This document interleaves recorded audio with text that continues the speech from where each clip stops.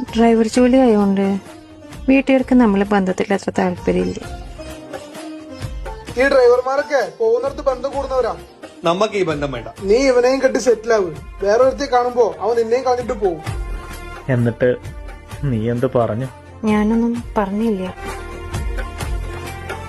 ഞാനൊരു ഡ്രൈവറാ.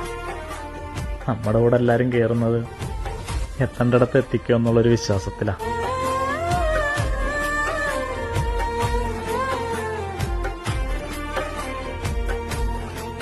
ഹലോ, എന്നെ ഓർമ്മയുണ്ടോ? എന്റെ വൈഫിന് ആക്സിഡന്റ് ആയപ്പോ നിങ്ങളെ ഹോസ്പിറ്റലിൽ എത്തിച്ചത്. ആളിപ്പോ ഓക്കെയാണ്. ദേ